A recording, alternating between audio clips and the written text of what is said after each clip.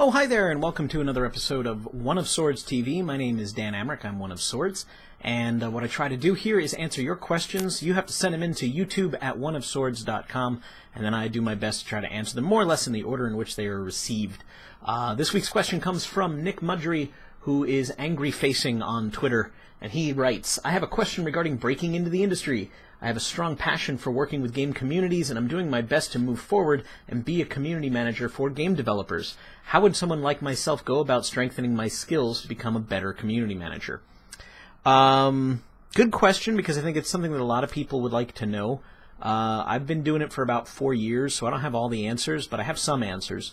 One, I noticed that a lot of game developers like to pull their community people directly from their community. You know, the more involved you are, the better. So if you're really passionate about one specific franchise or one specific game, if you're spending a lot of time in that web forum or on that community website, and you're a positive influence, you know, just pointing out everything that's wrong is not necessarily, although it's very popular on the internet, helping people steer people towards finding out how to fix what's wrong is much more useful. If you can be a positive force either for good discussion or action-oriented stuff, you know, like helping other people when they've got issues, if you can help direct them in the right direction, that's a lot of what a community manager does.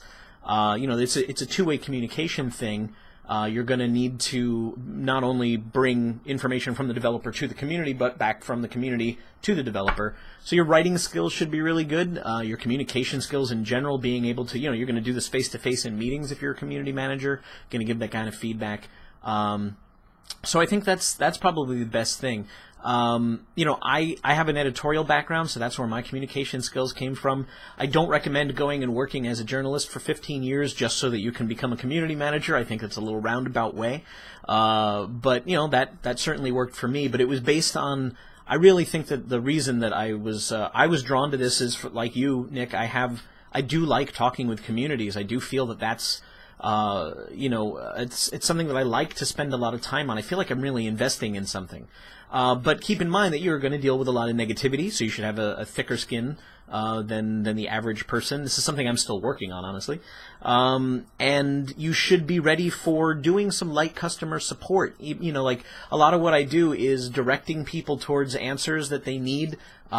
Generally, as you know, people on the internet, they talk when they have problems. They really only get very vocal when something has gone wrong and they want it fixed. So a community manager also sort of becomes that sort of problem solver for the community. It's not just an exchange of ideas with the community, it's actually hands-on, like here's what went wrong, here's how to fix it, here's who you should speak to, and, you know, being communicative in that way too. So it's funny because I kind of always think that I'm a communication manager. You know, like no matter what I do, I'm talking, I'm getting information, I'm grabbing information, I'm disseminating information. It's really all about communication. So I would say honestly, if you want to start sharpening your skills, make sure that you're speaking proper English online. Make sure that you're clear when you speak. Make sure that you're phrasing things in a way that other people aren't going to misconstrue or use against you. So the more you can write, the better. The more polite you can be, the better, because anybody that's going to want to hire you as a community manager is going to want a person who is polite in the face of adversity. As you can imagine, community managers deal with some of the negative elements a lot. But that's what you're going to be that's what you're going to be judged on by any potential employer as a community manager. So that's my advice for now. I hope that helps. If anybody else has questions for me as Activision's community manager about games, about Activision, about community management, about how I get my hair this way, feel free to send me an email at youtube@oneofswords.com.